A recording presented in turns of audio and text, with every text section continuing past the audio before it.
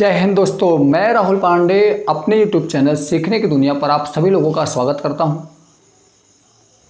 आज हम लोग क्लास 10th के लेक्चर नंबर 2, जिसके पहले मैंने आपको 12वीं चैप्टर का लेक्चर नंबर 1 में सर्कल के बारे में मैंने आपको बेसिक नॉलेज दिया था। आशा है कि आप सभी लोगों ने वो उस वीडियो को देखे होंगे और उसके नोट्स को भी आप बना के रखे होंगे। इस वीडियो में हम दूसरे भाग को लेकर आए हुए हैं, जो कि हमारा ये एग्ज़ाम की दृष्टि से बहुत ज़्यादा इम्पॉर्टेंट है। यहाँ से आज हम इस दूसरे लेक्चर में पूरे सेगमेंट एंड सेक्टर, वृत्तखंड और त्रिज्यखंड के बारे में बात करेंगे। पूरी तरीके से बेसिक हो जाएगा। जैसे इसके बाद तीसरा हमारा वीडियो आएगा, तीसरी वीडियो से हम पूरी तरीके से क्वेश्चन सॉल्व कराना शुरू कर लेंगे। पहले वीडियो में मैंने आपको बेसिक नॉलेज सर्कल के बारे में दिया था। इस दूसरे वाले वीडियो में हम लोग आज देंगे यहाँ पे वृत्तखंड और त्रिज्यखंड के बारे में देंगे। तीसरा वीडियो हमारा जो आएगा उसमें पूरी तरीके से मैंने जितना टॉपिक पढ़ाया हूँ सब पे बहुत सारा क्वेश्चन प्रैक्टिस करवाएंगे। तो आप सभी से आपसे हम चाहेंगे कि आप सभी लोग नोट्स बना के रखें, जिससे हम जब क्वेश्चन रिवीजन करवाएं, जिससे आपको फार्मूले में, कंसेप्ट में किसी प्रकार का प्रॉब्लम ना आए।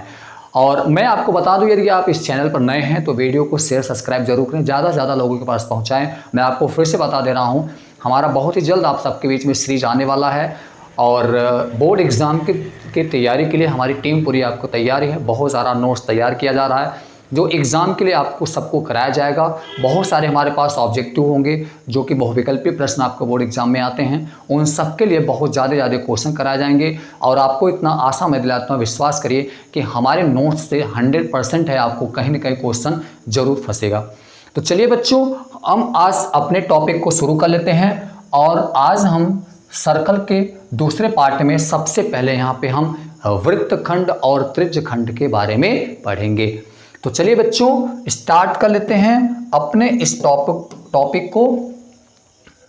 चलिए, मैं आपको 1 मिनट के लिए थोड़ा सा बता देना चाहता हूं कि थोड़ा सा कभी कभी बोर्ड एग्जाम में कोऑर्डिनेट चतुर्थांश से क्वेश्चन पूछता है।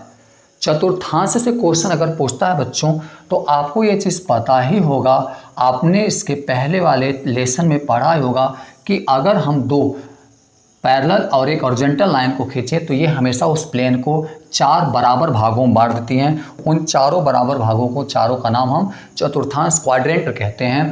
पहला वाला ये हमारा हो गया, ये दूसरा हमारा क्वाड्रेंट होता है, ये हमारे पास तीसरा क्वाड्रेंट होता है, ये आपके पास चौथा क्वाड्रेंट जिसे हम चतुर्थांश कहते हैं। तो बच्चों, आपको ये चीज़ हमेशा ध्यान रखना है कि जो आपका पहला क्वाड्रेंट होता है, यहाँ पे ध्यान रखिएगा, हमेशा 90 डिग्री एंगल बनता है। दूसरे चतुर्थांश में भी ये यहाँ पे भी ये आपके पास 90 डिग्री एंगल बना, यहाँ पे ये आप 90 डिग्री एंगल बना और यहाँ पे आपको 90 डिग्री एंगल बन जाता है। तो हर क्वाड्रेंट में, हर चतुर्थांश में आपको ये चीज़ पता होना चाहिए कि ये 90 90 90 90 और इस तरीके से अगर पूरा हम इसको घुमा दें तो ये पूरा हमारा 360 अंश संपूर्ण कोण का निर्माण हो जाता है। आपको ध्यान रखना है, हर चतुर्थांश में इनके जो 2 लाइन होते हैं, मतलब इसमें एक x और ये वाला y वाला हमेशा 90, फिर इधर एक x, इसका y वाला 90, फिर एक x और फिर y वाला 90, मतलब इस तरीके से चारों में 90 90 अंश का कोण बनता है। क्या ये बात मेरी समझ में आ गई? चलिए आगे हम लोग यहाँ से चलते हैं और स्टार्ट कर लेते हैं आज का टॉपिक बच्चों, त्रिज्यखंड के बारे में। किसके बारे में? त्रिज्यखंड के बारे में पढ़ते हैं। और मैं आपको बता दूं बच्चों, यहाँ से ध्यान रखिएगा,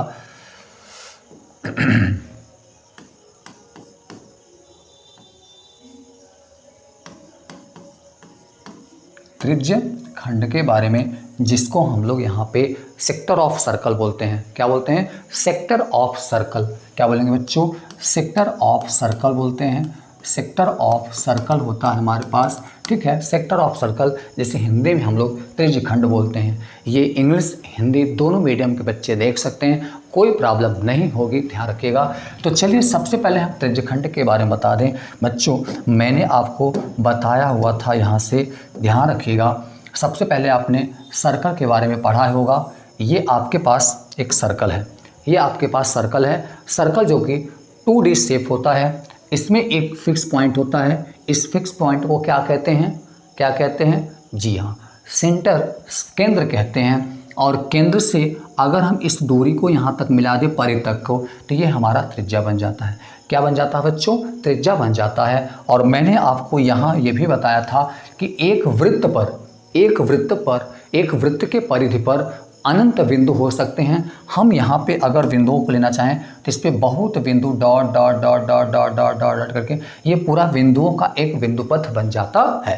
ठीक है, अब हम क्या करते हैं बच्चों, ये आपके पास यहाँ पे सेंटर हो गया और इसके वृत्त के परिधि पर हम बहुत सारे बिंदुओं को ले सकते हैं। तो एक बिंदु मैंने ले लिया जिसका मैंने नाम रख दिया ए बिंदु। क्या नाम रख दिया बच्चों, ए बिंदु। और मैंने यहाँ पे रख दिया बच्चों एक बिंदु मैंने और ले लिया बी। तो ध्यान रखिएगा, जैसा कि मैंने आपको बताया कि इसके परिधि पर बहुत प्रकार के बिंदु होते हैं, बहुत बिंदु होते हैं, इनकी संख्या अनंत होती है, जिसमें से मैंने 2 बिंदुओं को यहाँ पे लेकर के आपको दिखाया है। आपको चित्र में दिख रहा होगा बच्चों, ये ध्यान से देखिएगा। अगर हम ए से बी तक यहाँ से ले, डिस्टेंस को ध्यान से देखिएगा, अगर हम ए से बी तक के डिस्टेंस को ले लें और फिर कहाँ लें, बी से हम कहाँ तक, ए तक के डिस्टेंस को ले लें, तो ध्यान रखिएगा इसमें 2 भाग आपको दिख रहा होगा। इसमें 2 भाग, एक तो हम ए से बी तक ले लें, एक तो हम यहाँ से ए से बी तक को ले लें। मैंने यहाँ थोड़ा डार्क कर दिया, ये ए से बी तक का है और उसके बाद मैं यहाँ से क्या है, बी से ए तक लिया है। तो मैंने क्या मान लिया, ये सर्कल है, ध्यान रखिएगा। तो मैंने आपको इसके पिछले वाले वीडियो में बताया था कि अगर हम वृत्त पे 2 बिंदु ले लें और उन दोनों बिंदुओं के बीच की जितनी उसकी लंबाई होगी उसको हम लोग चाप, आर्क कहते हैं।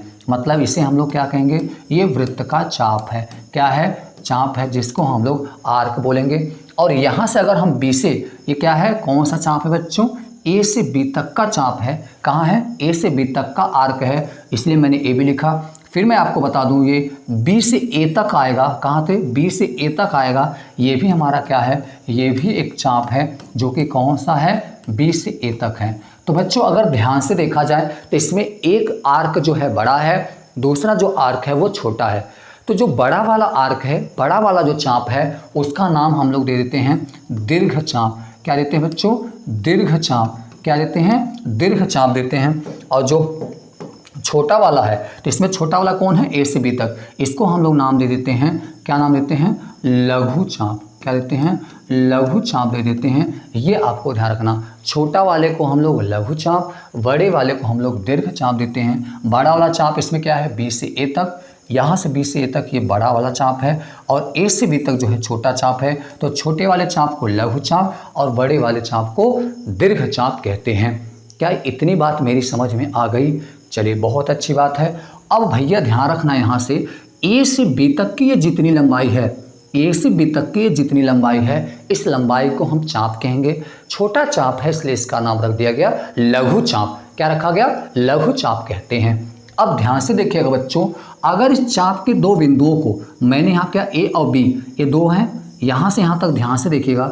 अगर मैं ए से बी तक ले लूँ और इसको मैंने क्या किया, ध्यान रखिएगा, मैंने ए को बी से मिला, ए को सॉरी सेंटर से, इस बिंदु ए को इस वृत्त के सेंटर ओ से और इस बिंदु बी को वृत्त के सेंटर ओ से मैंने मिला दिया।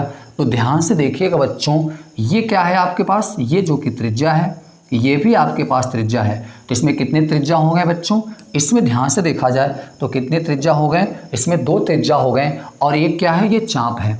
तो 2 त्रिज्या, एक ये त्रिज्या, एक ये त्रिज्या और आपके पास एक ये चाप। तो 2 त्रिज्या और एक चाप के द्वारा जितनी आकृति घेरी जाए बच्चों, उसी को हम लोग क्या कहते हैं, त्रिज्यखंड कहते हैं। क्या कहते हैं, त्रिज्यखंड कहते हैं। सेक्टर ऑफ सर्कल के नाम से जानते हैं। क्या होगा, ये सेक्टर ऑफ सर्कल हो जाएगा। अगर मैं इस पार्ट को यहाँ से बना दूँ तो बच्चों ध्यान से देखिएगा, ये पार्ट आपका यही यहाँ से बन जाता है। ये आपका सेंटर ओ हो गया, ये आपका ए हो गया, ये आपका बी हो गया। इसमें आपका ये जो ए से बी तक वाला भाग है, ये क्या होगा, आर्क का काम करेगा। क्या है, ये आर्क है जिसे चाप कहते हैं। और ये देखा जाए ध्यान से तो क्या है, ये आर है, वृत्त की त्रिज्या आर हो जाएगा और ये दोनों सेंटर पे कुछ न कुछ यहाँ पे एंगल बनाते हैं। तो इस वाले भाग को क्या बोलते हैं बच्चों, इस वाले भाग को हम लोग त्रिज्यखंड, क्या त्रिज्यखंड, या फिर हम इसको क्या बोलते हैं, सेक्टर ऑफ सर्कल। क्या बोलते हैं, सेक्टर ऑफ सर्कल के नाम से जानते हैं। क्या इतनी बात मेरी आप सबको समझ में आ रही है? क्या ये बात समझ में आ रही है?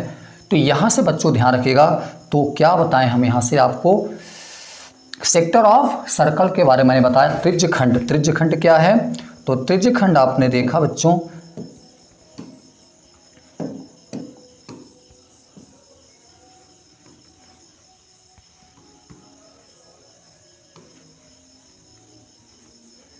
चलिए अब क्या हुआ देखिए, फिर से मैं आपको बता दूं, ये आपका सेंटर था, ये मैंने यहाँ पे एक बिंदु ले लिया और एक बिंदु मैंने बी ले लिया। तो ध्यान से देखिए बच्चों, ये क्या है? आपका छोटा चाप है। इस चाप को हमने क्या कह दिया? लघु चाप। क्या दे दिया बच्चों? लघु चाप है, चूँकि छोटा चाप है। और मैंने क्या किया? इसके सेंटर को यहाँ तक मिला दिया। तो ये क्या हो गया आपका? ये जितना भाग बना है, इस भाग को हम लोग क्या बोलते हैं? Sector of area, circle, sector of circle, जिससे हम लोग क्या बोलेंगे? त्रिज्यखंड बोलेंगे। क्या? त्रिज्यखंड बोलते हैं। अब ये जो त्रिज्यखंड होगा, सेंटर पे यहाँ पे देखा जाए तो कुछ एंगल भी बना रहा है। सेंटर पे बच्चों यहाँ से देखा जाए एंगल बना रहा है। तो मैंने इस एंगल को क्या लिख लिया? थीटा। ये थीटा कोण बना रहा है। और बच्चों ध्यान रखिएगा, एक एंगल यहाँ भी तो बन रहा है, एक एंगल यहाँ भी बन रहा है। ये आपको पता है, ये पूरा एंगल 360 डिग्री होता है। 360 डिग्री में ये वैल्यू थीटा निकल गया, तो इधर वाला जो वैल्यू आएगा 360 तो पूरा होता है, लेकिन 360 में ये इतना वैल्यू थीटा निकाल देंगे, तो जो बच्चे का उधर वाला आ गया, तो मैंने कितना निकाल दिया? थीटा डिग्री निकाल दिया। अगर यहाँ पे 60 डिग्री एंगल 60 अंश का कोण बन जाता, तो मैं टोटल 360 में 60 निकाल देता, तो इधर वाला जो एंगल आता वो क्या हो जाता? 300 डिग्री बन जाता। तो भैया ध्यान रखेगा, ये छोटा वाला चाप है, इसलिए हम इसे क्या कहेंगे? क्या कहेंगे? लघु त्रिज्यखंड। क्या कहेंगे बच्चों? लघु त्रिज्यखंड कहेंगे। क्या कहेंगे? लघु त्रिज्यखंड। मतलब ये ध्यान रखेगा, छोटा वाला भाग है, ये छोटा वाला भाग है, इसलिए हम इसको क्या कहेंगे? लघु त्रिज्यखंड। बच्चों ध्यान से देखिएगा, यहाँ से हम देखें तो ये भी हमारा एक चाप है, ये भी एक चाप है, और यहाँ से ये भी एंगल बन रहा है, तो ये हमारा बड़ा वाला भाग है, इसलिए हम इसे क्या कहेंगे? दीर्घ त्रिज्यखंड। क्या कहेंगे बच्चों? दीर्घ त्रिज्यखंड कहेंगे। क्या कहेंगे? दीर्घ त्रिज्यखंड कहेंगे। तो ध्यान रखिएगा, लघु त्रिज्यखंड, दीर्घ त्रिज्यखंड, हम टोटल को मिला दें तो टोटल हमारा एक वृत्त बन जाता है। बच्चों एक चीज़ हम आपको यहाँ से बता दें, हमेशा ध्यान रखिएगा, जो लघु त्रिज्यखंड होगा, क्या होगा? जो लघु त्रिज्यखंड होगा, तो लघु त्रिज्यखंड का जो वैल्यू होगा, हमेशा ध्यान रखना। क्या ध्यान रखोगे? लघु त्रिज्यखंड की जो वैल्यू होगा वो हमेशा यहाँ से ध्यान रखिएगा 180 डिग्री से ये कम ही इतना एंगल बनेगा। क्या होगा? 180 डिग्री से हमेशा कम एंगल ही बनेगा, 180 अंश भी नहीं बनेगा, क्योंकि अगर 180 डिग्री एंगल बना तो 180 डिग्री एंगल होने पर बच्चों ये ध्यान रखिएगा, 180 डिग्री एंगल बनने पर एक रेखा बन जाएगा, और एक रेखा बनने पर ये वृत्त का व्यास बन जाएगा, जो कि वृत्त को दो बराबर भागों में बांट देगा। इस तरीके से ध्यान रखना। तो ये अर्धवृत्त बन जाएगा। क्या बन जाएगा बच्चों? ये अर्धवृत्त बन जाएगा। ये आपको ध्यान रखना है, ये आपको ध्यान रखना है। तो थीटा की वैल्यू लघु त्रिज्यखंड के लिए हमेशा ध्यान रखना, ये जो थीटा का वैल्यू यहाँ पे बनेगा वो हमेशा 180 डिग्री से कम होगा। क्या इतनी बात आप सबको समझ में आ रही है? समझ में आ रही है? कमेंट में लाइक शेयर जरूर करिएगा आप सभी लोग। चलिए आगे बढ़ते हैं। तो लघु त्रिज्यखंड और दीर्घ त्रिज्यखंड के बारे में मैंने आपको बताया। अब यहाँ पे उठता है थोड़ा सा कंडीशन। कंडीशन ये उठता है बच्चों, थोड़ा सा ध्यान रखिएगा। देखिए, तो लघु त्रिज्यखंड और दीर्घ त्रिज्यखंड का अगर हम बात करें तो इसमें आपको ये भी ध्यान रखना पड़ेगा चतुर्थांश में। जैसा कि मैंने आपको अभी अभी बताया बच्चों कि चतुर्थांश के बारे में भी थोड़ा सा अगर ध्यान देंगे। देखिए, ये आपके पास एक सेंटर है, जो कि ये आपके पास एक मूल्य बिंदु का काम करेगा। और अगर मैंने यहाँ पे एक फिक्स डिस्टेंस ले लिया, यहाँ तक ये मैंने डिस्टेंस ले लिया, और इस डिस्टेंस को मैंने क्या किया, यहाँ से एक आर्क मानकर इसको मैंने घुमा दिया। जैसे मैंने आर्क मान के घुमा दिया, मैंने इसका नाम रख दिया ए, और यहाँ पे मैंने रख दिया इसका नाम बी। क्या नाम रख दिया बच्चों? इसका नाम मैंने ए रख दिया और उसका नाम मैंने यहाँ पे बी रख दिया। ठीक है, चलिए अब यहाँ पे अगर हम ध्यान से देखें, ये आप ध्यान रखिएगा, ये पूरा आपके पास लाइन है ये। ठीक है, तो यहाँ से अगर हम ए और बी को देखें तो क्या ये एक आर्क है? क्या एक आर्क है या नहीं? क्या एक चाप बन रहा है? नहीं। अगर हम ध्यान से देखें तो क्या एक चाप बन रहा है? जी हाँ बच्चों का देखिए यहाँ से एक चीज़ अभी मैंने आपको बताया था कि ये जो सर्कल है, ये जो आपके पास क्वाड्रेंट है, चतुर्थांश, प्रत्येक चतुर्थांश अपने मूल बिंदु के केंद्र पर यहाँ पे हमेशा कितने डिग्री एंगल निकालता है बच्चों? तो 90 डिग्री एंगल निकालना है, और 90 डिग्री एंगल निकालता है तो ये आपको पता होना चाहिए। क्या ये एक त्रिज्यखंड बन रहा है नहीं? क्या ये एक त्रिज्यखंड बन रहा है कि नहीं? आप मुझे बताइए। ये यहाँ से R हो गया और उसके बाद ये आपके पास R हो गया, ये दोनों वृत्त के त्रिज्या, और यहाँ से ये आपका क्या बन जाएगा? ये चाप बन जाएगा। तो इस चाप की लंबाई को मैंने L मान लिया, यहाँ से हो जाएगा थीटा। तो आपको एक फार्मूला लर्न करना है बच्चों कि ध्यान रखिएगा, कोण बराबर आपके पास होता है चाप बटे त्रिज्या। कोण बराबर चाप बटे त्रिज्या। एंगल बोले तो angle theta equal to L upon R के हमेशा बराबर होता है, L अपान R के बराबर होता है। यहाँ पे अगर हम चाप L निकालें तो L की जो वैल्यू आएगी वो हमेशा ध्यान रखना थीटा और R के बराबर होगा, थीटा और R के बराबर होगा। ये आप ध्यान रखिएगा, क्या होगा बच्चों? थीटा और R के हमेशा बराबर होता है। तो ध्यान रखिएगा, इससे रिलेटिव बोर्ड एग्जाम में क्वेश्चन, बहुत प्यारा क्वेश्चन पूछता है बच्चों। ध्यान रखिएगा, गणित ऐसा विषय है, आपको कंसेप्ट बहुत अच्छा से क्लियर होना चाहिए। मैं आपको बता दूं, जस्ट मैं अभी इस पे क्वेश्चन भी सॉल्व कराऊंगा कुछ। अगले वीडियो में बहुत सारे अच्छे क्वेश्चन लेकर आएंगे। हम सभी आप लोगों के लिए बहुत अच्छे क्वेश्चन तैयार कर रहे हैं, जिससे बोर्ड एग्जाम में आपको हमारे इस चैनल से बहुत ज़्यादा फ़ायदा मिल पाए। बच्चों कंसेप्ट अच्छे से ध्यान रखेंगे, सॉल्व करने में आपको बहुत समय नहीं लगेगा। मैथ में बस कंसेप्ट क्लियर होना चाहिए। तो आपको ये सारी चीज़ें कंफर्म होना चाहिए। चतुर्थांश कहाँ है, चतुर्थांश में कौन सा बनेगा, एक चतुर्थांश का मान ध्यान रखना। अगर एक चतुर्थांश बन जाए तो एक चतुर्थांश में इसका जो डिग्री होता है वो 90 डिग्री बनता है। एक चतुर्थांश में हम ध्यान रखना। अब इस तरीके से अगर बच्चों यहाँ भी हम ध्यान दें तो हम इधर भी तो बना सकते हैं। तो एक चतुर्थांश यहाँ बन जाएगा और एक चतुर्थांश फिर यहाँ बनेगा, एक चतुर्थांश फिर यहाँ। तो इस तरीके से देखा जाए तो पूरा क्या बन गया बच्चों? एक सर्कल बन गया। क्या बन जाता? एक सर्कल बन जाता है। और एक सर्कल का अगर आपसे पूछेगा एक चतुर्थांश का एरिया इतना है तो मुझे बता दो पूरे चतुर्थांश का कितना एरिया होगा। तो तुरंत आपको पता है, एक का निकाल करके 4 का मल्टीप्लाइज कर दोगे, 4 का मल्टीप्लाइज कर दोगे, क्योंकि एक भाग का जितना एरिया होगा उतना ही चारों भाग का होगा, क्योंकि प्रत्येक की त्रिज्या बराबर होगी और हर सेंटर पे, सबका सेंटर में 90 डिग्री एंगल होता है। इसलिए आपको ध्यान रखना है कि सभी के कोण बराबर होंगे तो सबका एरिया हमेशा बराबर होगा। क्या मेरी बात ये सबको समझ में आ रही है? चलिए आगे हम लोग चलते हैं, और आगे चलते हैं बच्चों। यहाँ से हम लोग इसको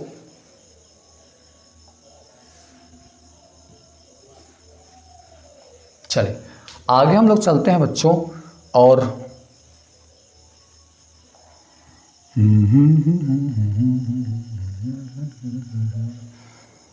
चलिए तो ये हमारा आगे चलते हैं बच्चों। त्रिज्यखंड का क्षेत्रफल निकालते समय आगे हम लोग देखते हैं कि त्रिज्यखंड का क्षेत्रफल क्या होता है। त्रिज्यखंड का क्षेत्रफल क्या निकालेंगे बच्चों? त्रिज्यखंड का क्षेत्रफल। त्रिज्यखंड का क्षेत्रफल निकालने के लिए हमारे पास फार्मूला क्या है? चाहे वो लघु त्रिज्यखंड हो, चाहे वो दीर्घ त्रिज्यखंड हो, उन सब का कितना एरिया होता है, कैसे हम निकाल पाएंगे? आइए सबसे पहले कंसेप्ट क्लियर करते हैं, तब कंसेप्ट क्लियर के बाद उस पर हम सवाल को सॉल्व करते हैं। बच्चों मैं आपको बता दूं, देखिए तो ये आपके पास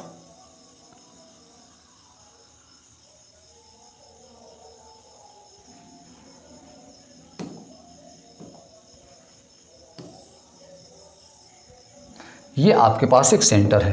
क्या है? सॉरी, एक सर्कल है, और ये सर्कल का क्या है? सेंटर है। और इस सेंटर पे मैंने क्या किया, यहाँ से सेंटर को, इस वृत्त के परिधि को मैंने मिला दिया एक बिंदु, और इसको मैंने मिला दिया यहाँ पे वी बिंदु हो गया, जो कि आपको ये देखा जाए तो एक आर्क चाप का काम कर रहा है। और इसके सेंटर पर कुछ एंगल बन रहा है। वो कितना एंगल बन रहा है? कितना एंगल बन रहा है? तो थीटा का एंगल बन रहा है। कितना एंगल बन रहा है बच्चों? थीटा कोण बन रहा है। मैंने इस पॉइंट को मान लिया वो पॉइंट है। बच्चों ध्यान रखिएगा, ये छोटा वाला भाग है, ये वाला आपको देखा जाए तो ये वाला पूरा भाग बड़ा भाग है, ये बड़ा भाग है, इसलिए हम इसको क्या नाम देंगे? क्या नाम देंगे बच्चों? अभी मैंने बताया, जल्दी बताओ क्या नाम देंगे? दीर्घ त्रिज्यखंड। क्या? दीर्घ त्रिज्यखंड नाम देंगे, दीर्घ त्रिज्यखंड नाम देंगे, क्योंकि ये वाला भाग बड़ा भाग है। उसके बाद यहाँ से अगर हम देखें तो यहाँ से बच्चों देखें तो ये आपके पास छोटा वाला भाग है। इस छोटे वाले भाग को क्या कहेंगे हम लोग? लघु, क्या देंगे? लघु त्रिज्यखंड। क्या कहेंगे बच्चों? लघु त्रिज्यखंड कहेंगे। छोटा वाला भाग है, छोटा वाला भाग क्या है? मैं इसमें थोड़ा से पीले रंग का दिखा रहा हूँ। ये वाला जो भाग है आपका लघु त्रिज्यखंड है, ये वाला जो पूरा भाग है वो दीर्घ त्रिज्यखंड है। और जो दीर्घ त्रिज्यखंड है,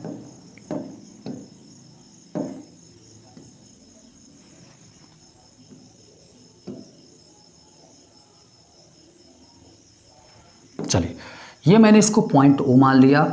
और आपको पता है बच्चों ये थीटा एंगल है और ये संपूर्ण पूरा हमारा 360 डिग्री एंगल होता है। तो 360 में अगर हम थीटा निकाल देंगे तो ये वाला जो एंगल आएगा 360 माइनस थीटा का एंगल आ जाएगा। तो दीर्घ त्रिज्यखंड का मान 360 माइनस थीटा रहा।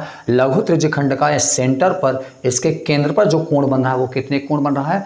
थीटा एंगल बना रहा है। आइए हम इसका एरिया निकालते हैं। तो एरिया क्या है? तो ध्यान से देखा जाए बच्चों तो यहाँ से देखिए ये जो लघु त्रिज्यखंड है कितना एरिया घेर रही है?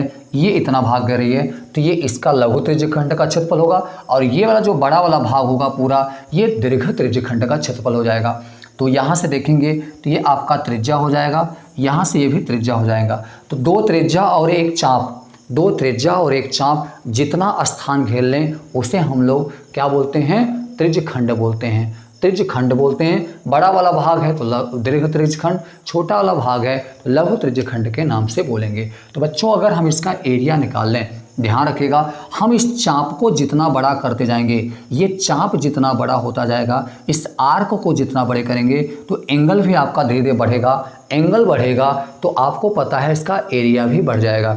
इसका मतलब ध्यान रखना बच्चों, क्या ध्यान रखोगे कि त्रिज्यखंड का जो एरिया होता है, त्रिज्यखंड का जो एरिया होता है वो हमेशा और हमेशा ध्यान रखना उसके चाप की लंबाई और उसके सेंटर पर बने एंगल इन दोनों के प्रोपोर्शनल में होता है। मतलब अगर लेंथ भी बढ़ा दोगे इसका तो एरिया इसका बढ़ना शुरू कर लेगा, अगर एंगल भी बढ़ाना शुरू कर लोगे तो इसका एरिया भी बढ़ना शुरू कर लेगा। तो भैया ध्यान रखिएगा बच्चों, अगर हम बात करें लघु त्रिज्यखंड का, किसका? लघु त्रिज्यखंड। क्या बच्चों? लघु त्रिज्यखंड का ध्यान दें। लघु त्रिज्यखंड का एरिया अगर हम निकालें तो लघु त्रिज्यखंड का क्षेत्रफल अगर हम निकालें तो लघु त्रिज्यखंड का क्षेत्रफल हो जाएगा बच्चों, ध्यान से देखिएगा।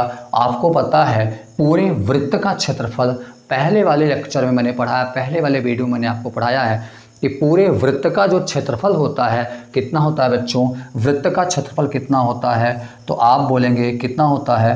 कितना होता है बताओ फिर से, कितना होता है वृत्त का क्षेत्रफल? वृत्त का क्षेत्रफल कितना होता है बच्चों? तो वृत्त का क्षेत्रफल पाई आर स्क्वायर होता है। कितना होता है? पाई आर स्क्वायर होता है। वृत्त का क्षेत्रफल पाई आर स्क्वायर होता है। लेकिन मैं पूरे, सोचो थोड़ा सा कंसेप्ट क्लियर करो बच्चों, क्या मैं पूरे वृत्त का क्षेत्रफल निकाल रहा हूँ? क्या मैं इस पूरे वृत्त का क्षेत्रफल निकाल रहा हूँ? नहीं निकाल रहा हूँ। हम तो केवल बच्चों इतने का ही तो क्षेत्रफल निकाल रहे हैं, केवल इतने भाग का ही तो क्षेत्रफल निकाल रहे हैं, केवल यही छोटे वाले भाग का ही तो क्षेत्रफल निकाल रहे हैं। तो इसका मतलब ये पाई आर स्क्वायर तो पूरे वृत्त का क्षेत्रफल होगा। अतः ध्यान रखिएगा हम मल्टीप्लाइज कर लेंगे क्या? ये थीटा जो है थीटा बट्टे में 360, थीटा बट्टे में 360 ये हमारा निकल के आ गया बच्चों लघु त्रिज्यखंड का क्षेत्रफल। किसका? लघु त्रिज्यखंड का क्षेत्रफल। याद कर लेंगे हम लोग लघु त्रिज्यखंड का क्षेत्रफल कितना होता है? थीटा बट्टे 360 पाई आर स्क्वायर। क्या होता है? थीटा बट्टे 360 पाई आर स्क्वायर लघु त्रिज्यखंड का क्षेत्रफल होता है। क्या ये बात मेरी आपको समझ में आ रही है? क्या मेरी बात सबको समझ में आ रही है? अगर हम यहाँ पे देखें ध्यान से, यहाँ से अगर हम बात करें दीर्घ त्रिज्यखंड का, किसका? दीर्घ त्रिज्यखंड का बात करें बच्चों तो दीर्घ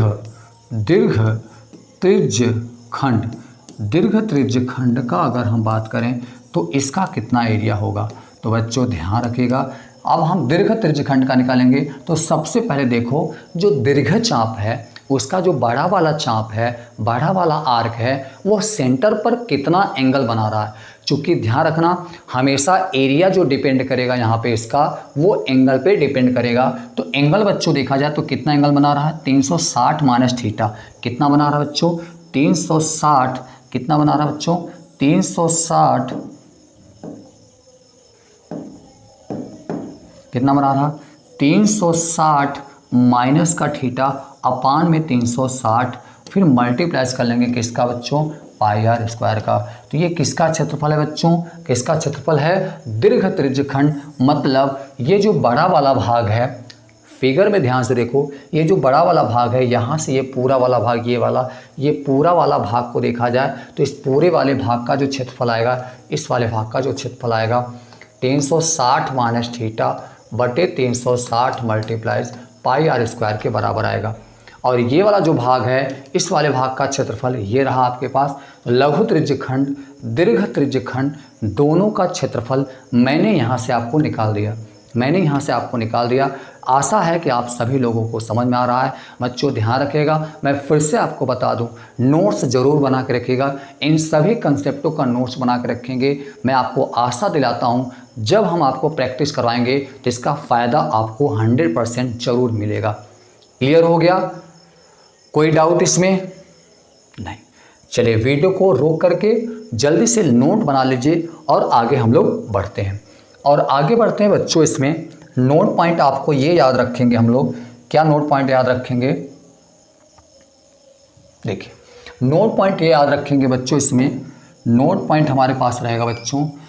क्या नोट पॉइंट रहेगा ध्यान रखना, अगर हम ध्यान रखिएगा लघु चाप, किसका लघु चाप का क्षेत्रफल ले लें, लघु त्रिज्यखंड, अगर हम लघु त्रिज्यखंड यहाँ पे लघु त्रिज्यखंड का क्षेत्रफल ले लें, लघु त्रिज्यखंड का क्षेत्रफल और ध्यान रखिएगा और क्या बच्चों, और हम दीर्घ त्रिज्यखंड ले लें। क्या ले लें?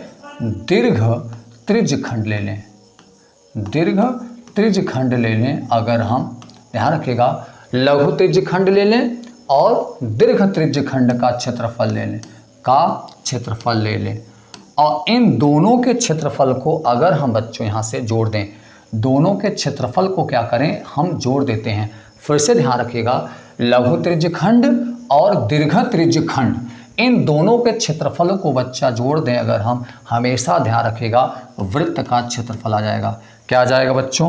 क्या आ जाएगा बच्चों?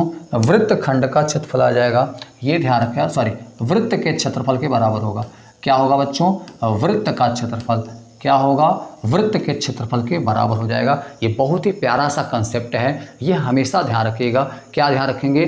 लघु त्रिज्यखंड का क्षेत्रफल निकाल लीजिए और उसके दीर्घ त्रिज्यखंड का क्षेत्रफल निकाल लीजिए, और दोनों त्रिज्यखंडों के क्षेत्रफलों को निकाल करके देखेंगे तो हमेशा वृत्त के क्षेत्रफल के बराबर आ जाएगा। क्या आप चाहते हो मैं इसे प्रूफ करके दिखा दूं? आइए बच्चों इसे प्रूफ कर देते हैं, ये कितने कैसे बराबर हैं देखते हैं। तो ध्यान से देखिएगा बच्चों, अभी मैंने आपको बताया कि जो लघु त्रिज्यखंड होता है, लघु त्रिज्यखंड का क्षेत्रफल कितना होता है बच्चों? तो मैंने आपको बताया थीटा अपान में 360 मल्टीप्लाइज पाई आर स्क्वायर। क्या यही था लघु त्रिज्यखंड का क्षेत्रफल? जी हाँ। आगे लिखते हैं प्लस में। अब आपके पास दीर्घ त्रिज्यखंड है, तो दीर्घ त्रिज्यखंड का क्षेत्रफल क्या होता है बच्चा? 360 माइनस का थीटा अपान में 360 मल्टीप्लाइज पाई आर स्क्वायर। क्या यही फार्मूला था दीर्घ त्रिज्यखंड का? अब ध्यान से देखिएगा, मैंने क्या किया, लघु त्रिज्यखंड का क्षेत्रफल ले लिया, फिर मैंने यहाँ पे दीर्घ त्रिज्यखंड का क्षेत्रफल ले लिया। लघु त्रिज्यखंड दीर्घ त्रिज्यखंड दोनों त्रिज्यखंडों के क्षेत्रफल को मैंने जोड़ा। तो चलिए इनको कैसे जोड़ते हैं, ध्यान से देखिएगा। पाई आर स्क्वायर इसमें भी है, पाई आर स्क्वायर इसमें भी है। इन दोनों पदों में से मैंने इसको क्या किया, कॉमन ले लिया। जैसे हम यहाँ से पाई आर स्क्वायर कॉमन लेंगे बच्चों, तो ध्यान रखिएगा कॉमन का मतलब होता है वहाँ से हम उसको बाहर ले लेंगे। तो पाई आर स्क्वायर जब यहाँ से हटा देंगे तो क्या बचेगा? थीटा बटे 360। क्या बचे बच्चों? थीटा बटे 360 प्लस में यहाँ से पाई आर स्क्वायर बाहर गया तो क्या बचा? 360 माइनस का थीटा। 360 माइनस का थीटा अपान में 360। क्या ये बात मेरी आपको समझ में आ रही है? आगे हम लोग देखें बच्चों इसको,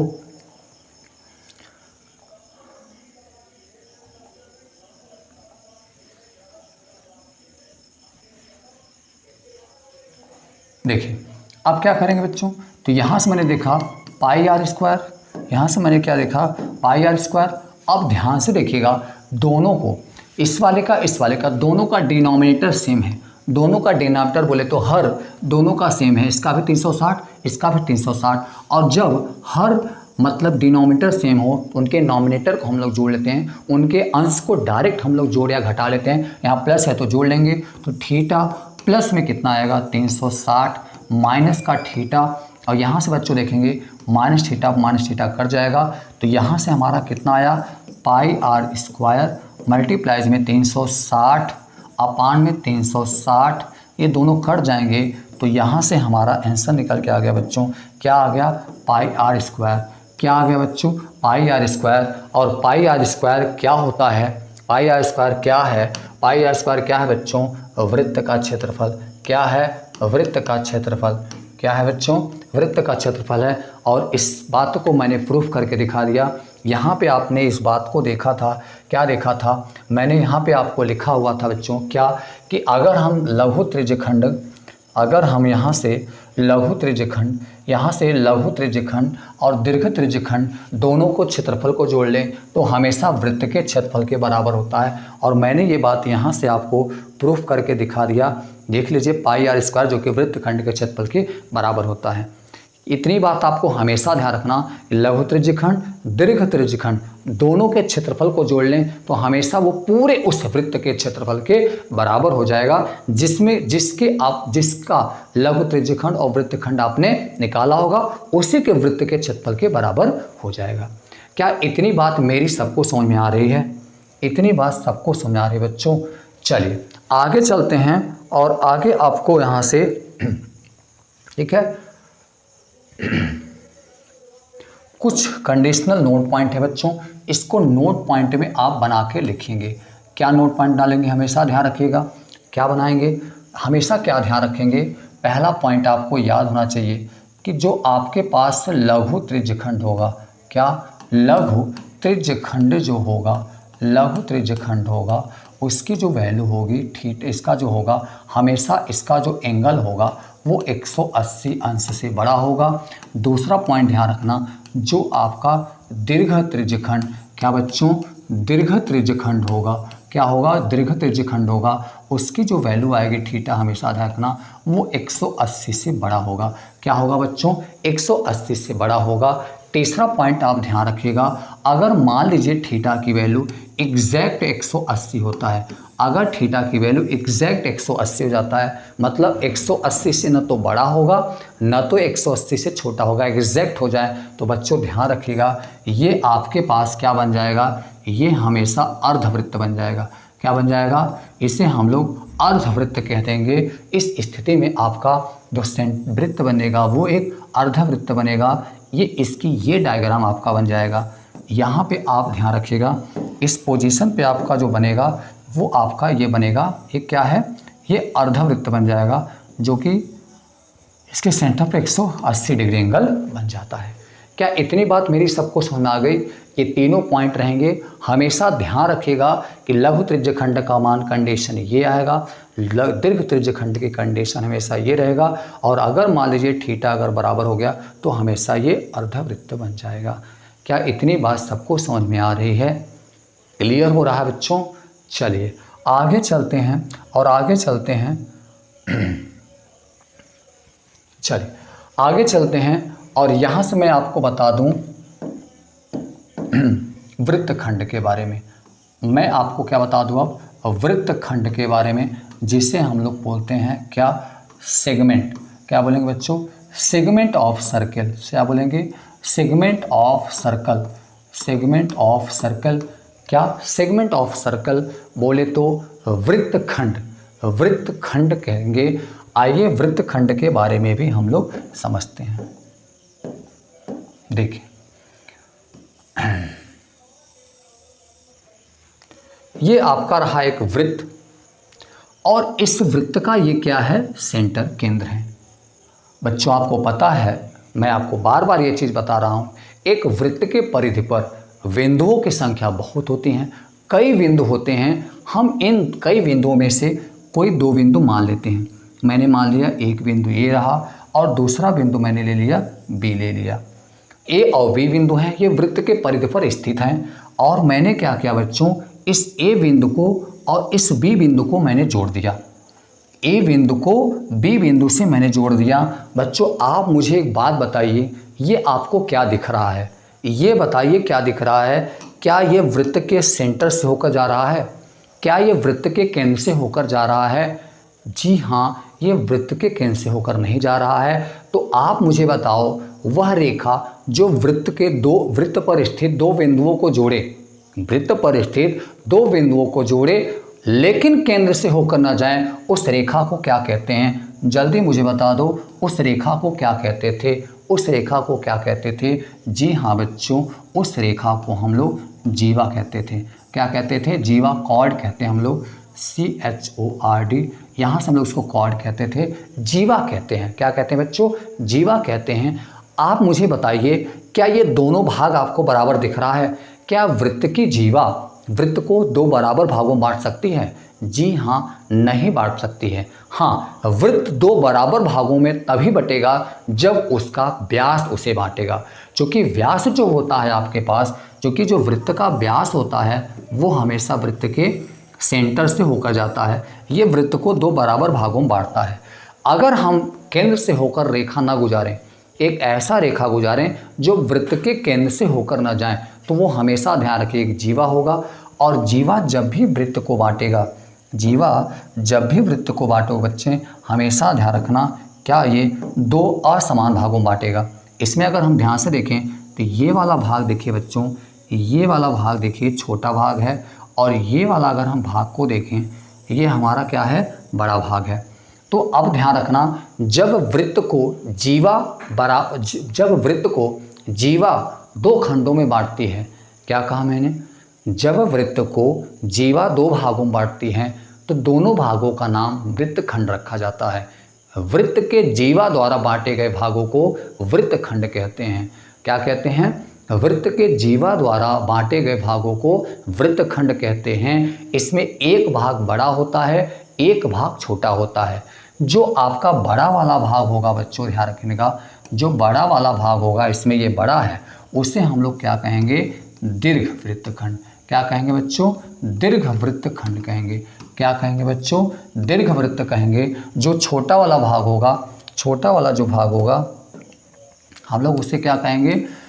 लघु वृत्त खंड। क्या कहेंगे बच्चों? लघु वृत्त खंड कहेंगे। बड़े वाले भाग को दीर्घ वृत्त खंड, छोटे वाले भाग को लघु वृत्त खंड नाम देते हैं। इस तरीके से आपको ध्यान रखना है, लघु वृत्त खंड, दीर्घ वृत्त खंड, बड़े वाले भाग को लघु वृत्त खंड, छोटे वाले भाग को दीर्घ वृत्त खंड कहते हैं। क्या इतनी बात मेरी सबको समझ में आ गई? इतनी बात सबको समझ में आ गई? ठीक है, आप सबको समझ में आ रही है। अब हम आगे इसके अगर एरिया के बारे में बात करें, अगर इसके क्षेत्रफल के बारे में बात करें बच्चों, तो ध्यान रखिएगा, यहाँ से देखिए, ये आपके पास क्या बन गया? एक वृत्त है, ये इसका सेंटर है, और मैंने यहाँ पे भाग ले लिया, तो क्या बन गया बच्चों? यहाँ से बन गया आपका, क्या बन गया? एक वृत्तखंड। अब मुझे इस वृत्तखंड का क्षेत्रफल निकालना है, तो मुझे इतने भाग का क्षेत्रफल निकालना होगा। इसके लिए हम क्या करते हैं बच्चों? सबसे पहले यहाँ ए को और बी को इसके सेंटर से हम लोग मिला देंगे। अब देखो बच्चों ध्यान से, अगर हम इस भाग को ले लें तो मुझे बताओ ये क्या बन रहा है? बच्चों बताओ मुझे क्या बन रहा है, ध्यान से मुझे बता दो ये क्या बन रहा है। तो अब वो ध्यान से देखेंगे, अगर इस बीच वाले पार्ट को ना देखें, क्या ये त्रिज्यखंड बन रहा है? क्या ये त्रिज्यखंड बन रहा है? जो कि ये आपका त्रिज्या हो जाएगा, जो कि आपका ये त्रिज्या हो जाएगा। तो एक तरीके देखा जाए तो ये क्या है? त्रिज्यखंड हो गया। लेकिन मुझे निकालना क्या है? मुझे निकालना क्या है बच्चों? मुझे निकालना किसका एरिया है? मुझे बस इस पार्ट का निकालना एरिया। मैं जो यहाँ पे शैडो कर रहा हूँ, छायांकित भाग कर रहा हूँ जिसे, मुझे बस इतने का भाग का एरिया निकालना है, इतने ही भाग का एरिया मुझे निकालना है। इसके लिए हम क्या करेंगे बच्चों? मुझे निकालना है लघु वृत्तखंड, क्या निकालना है? लघु वृत्तखंड, लघु वृत्तखंड का क्षेत्रफल निकालना है। किसका निकालना है? लघु वृत्तखंड का क्षेत्रफल निकालना है। लघु वृत्त का क्षेत्रफल निकालने के लिए बच्चों हम क्या करेंगे? सबसे पहले मैं आपको बता दूं, इस पूरे त्रिज्यखंड का क्षेत्रफल निकाल लो। क्या निकालोगे? पूरे त्रिज्यखंड का निकालोगे तो यहाँ निकालोगे लघु त्रिज्यखंड। क्या? लघु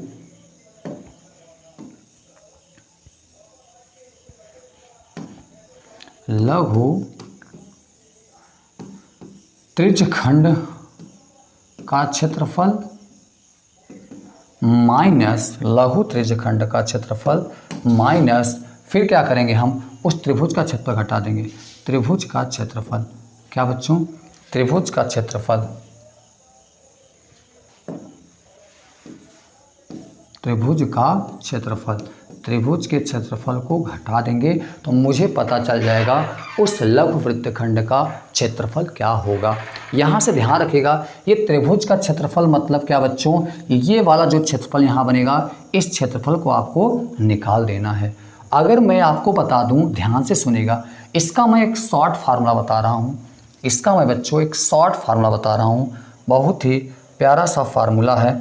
अगर मैं इसके बताऊं जिससे आप यहाँ से कम समय में वृत्तखंड के क्षेत्रफल को बहुत प्यार से निकाल सकते हैं।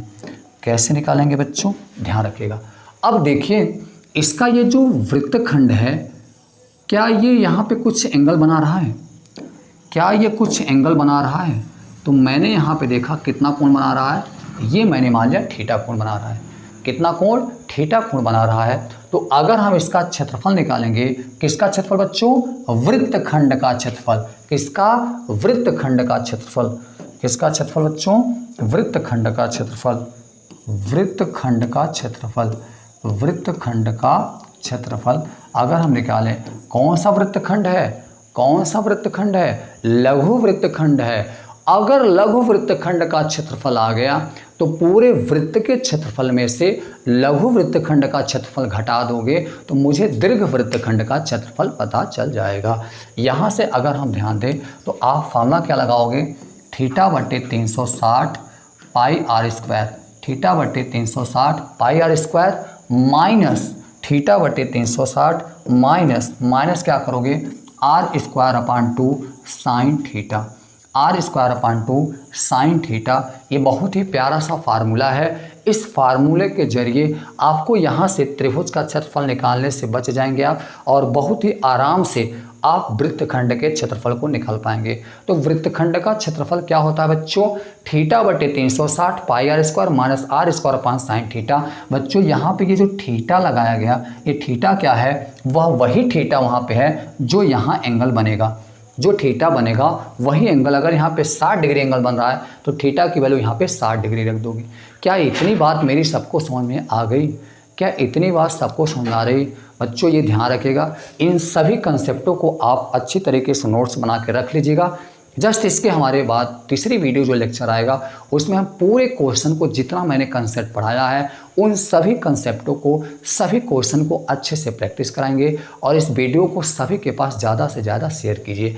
आइए बच्चों, इन कंसेप्टों पर मैं 1-2 क्वेश्चन ले लेता हूँ, और 1-2 क्वेश्चन लेने के बाद यहाँ से मैं चलता हूँ।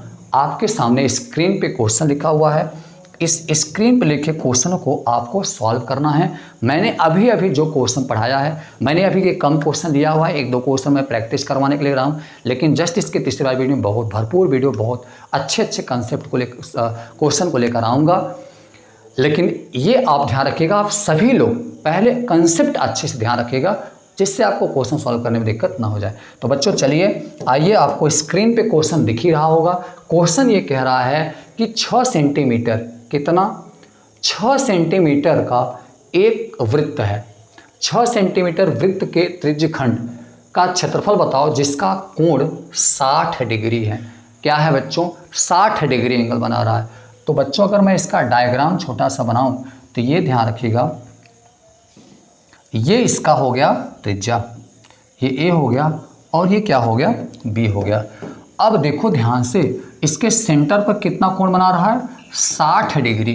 क्वेश्चन में कह रहा है 60 डिग्री एंगल बना रहा है और 6 सेंटीमीटर वृत्त है, मतलब इस वृत्त की जो त्रिज्या हो जाएगी वो कितनी हो जाएगी, 6 सेंटीमीटर। क्या आपके दिमाग में ये डायग्राम दौड़ रहा है? ध्यान से देखो बच्चों, क्या ये त्रिज्यखंड बन रहा है? जी हाँ, ये त्रिज्यखंड बन रहा है।